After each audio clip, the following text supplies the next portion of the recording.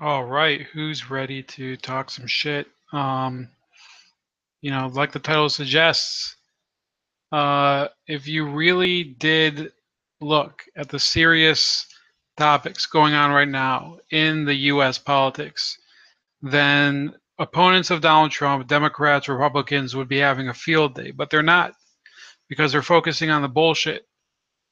They're focusing on things that are not in the interest of the American people, on protests and on guns and on other bullshit that nobody cares about. It doesn't serve anybody's purpose, doesn't serve anybody's interests. And they're trying to use that to turn people against Donald Trump when in reality, in many cases, they're just validating the reasons people voted for him. So I wrote an article just now that outlined just three different policy areas where if you really wanted to go after Donald Trump, you'd have ample, valid criticism to give.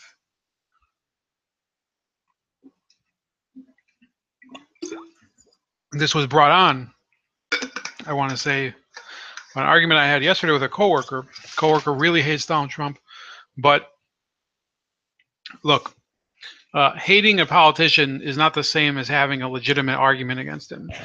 Even if this is a person who is a boorish piece of shit that doesn't know how to behave himself, as many people think Donald Trump is, and it's not like there is no evidence to support that.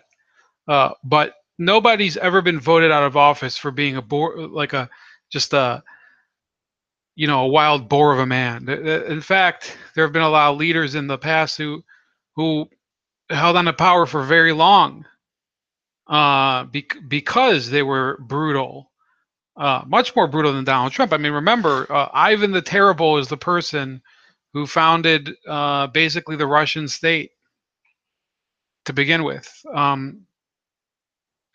Being a severe person in your mannerisms isn't the way that you lose power necessarily, unless you know you totally alienate the people that you need to keep behind you.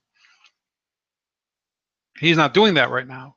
Um, the American people do not give a fuck about anthem protests. They don't give a fuck about the need for quote unquote sensible gun control.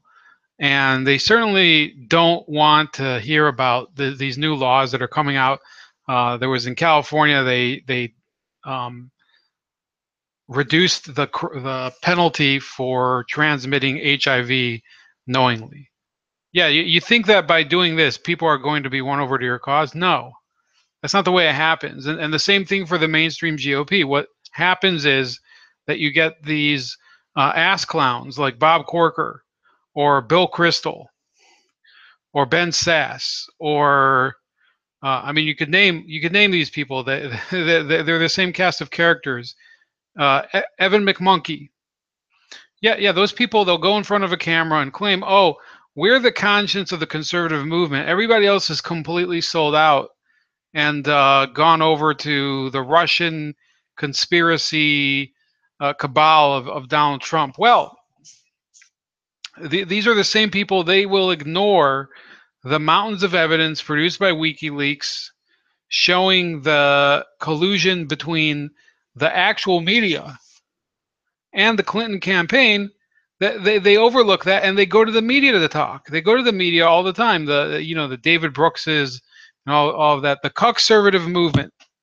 The people that they're the residual waste of 20 to 30 years of Republican uh, do nothing complaining.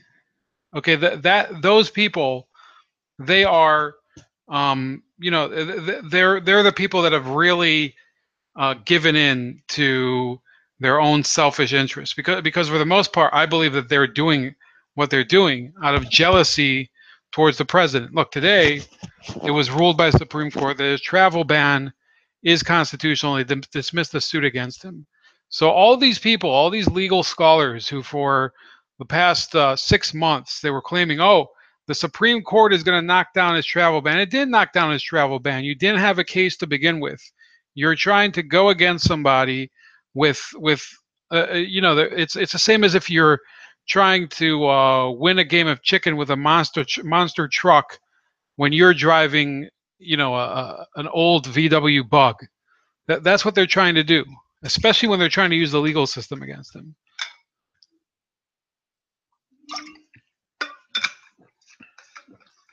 With that ruling today, their whole intended defense of sanctuary cities in the courts, I'm not sure how they can make it now.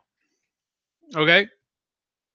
Because you already have the precedent where it shows, executive power includes this. Why is it that they gave so much executive power? It's a real funny question. Why is it they gave so much executive power to the president under Barack Obama? Suddenly they don't want that power to be in the hands of the president. Suddenly they want the states to be able to determine foreign policy in some cases, like Jerry Brown did when he said that California would abide by the Paris Climate Accord. Yeah, right. At a certain point, these Democrats, they are going to realize that they've dug themselves so deep that the only person who can even get them out is their worst enemy. It's Donald Trump. That's why he reached this deal, the package deal on the hurricane aid. A lot of Republicans were really raging out at the time. So I made this small article, and you can read it. It's in the description already on my blog. I know I have a very basic looking, not the most aesthetically pleasing blog.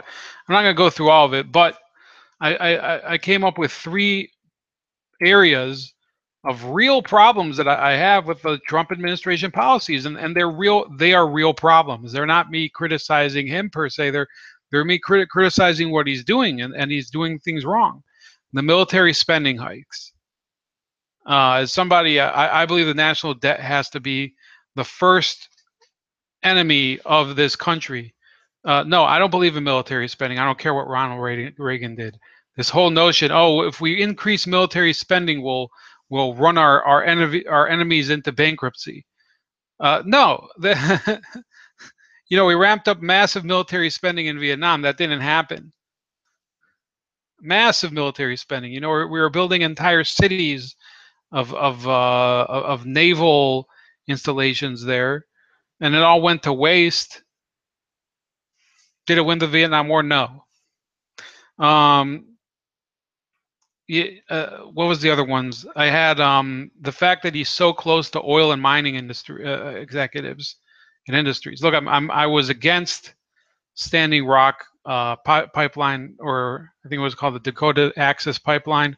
I was against building it. I said that they should have worked out an arrangement without this appalling amount of violence that happened last year. And I don't care if, sure, the protesters probably were responsible for some of it too. But dear Lord, in order to build a pipeline, you're basically beating the shit out of people in the middle of nowhere. No, I can't get behind it. And what's worse was this massive aid package to Saudi Arabia. Guess who's behind that? That's mainstream GOP policy that Donald Trump gave into. And then, to top it off, he has not prosecuted either the Clintons or any of these other stooges of the Democratic machine, like Lois Lerner, the IRS official that persecuted Tea Party groups. And I'm not in the Tea Party. I think I've been in a couple of Tea Party forums, but I've never been active in the Tea Party. Not that I have any problem with them, but the persecution of the Tea Party, it's been an established fact. It's been admitted that there was targeting of the Tea Party by the IRS in order to both deny them not-for-profit status and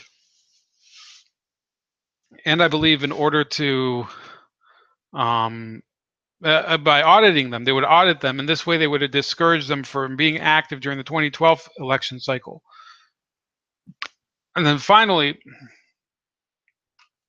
the Clinton scandals He needs to appoint that special prosecutor. He did promise it. And for those of you that say that it's not okay for him to appoint a special prosecutor to persecute his former presidential opponent, Hillary Clinton, look, there was already been an investigation open against Donald Trump, according to the media, it's according to Donald Trump. In reality, it's not against Donald Trump. It's against a few of his aides. They're not going to hammer them for anything. They may get Michael Flynn for a totally unrelated crime, and you know, that was for ties to Turkey. But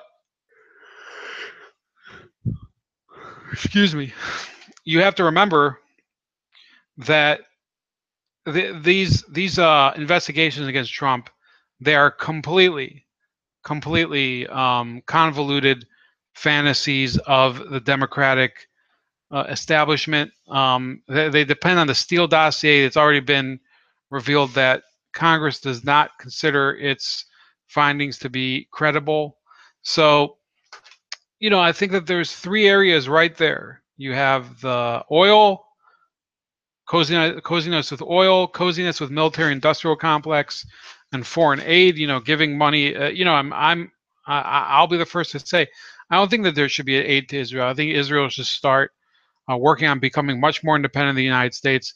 That way we wouldn't have as much friction regarding international relations. I think we should still have a good relationship with them. I just don't like the way it is. I don't like the way that it's being framed in the context of more and more foreign aid. That's just me. Okay? So there it is. And then what are they really complaining about? This Jamel Hill, this idiot, basically calling for the protest of her own network's games or the games of the NFL. Look, the ESPN has a contract with the NFL. They don't have time to see whether the cause is just to take the money based on a different agenda of somebody else that works for them. You work for the company doesn't work for you. And that's what they did instead. So again, I don't care about these people like Bob Corker, Jamel Hill. You'll see oftentimes they bring up, I think they brought in Common today, Michael Wilbon. If anybody cared what you would say, then you would probably have a lot more power than you do instead of just squawking and complaining all the time. So that's it. I'm a little drowsy today. I was hoping to go a little longer, but I don't think it's going to happen. Have a great night. This is Ramon, Bold Like a Leopard. Leave comments in the box below.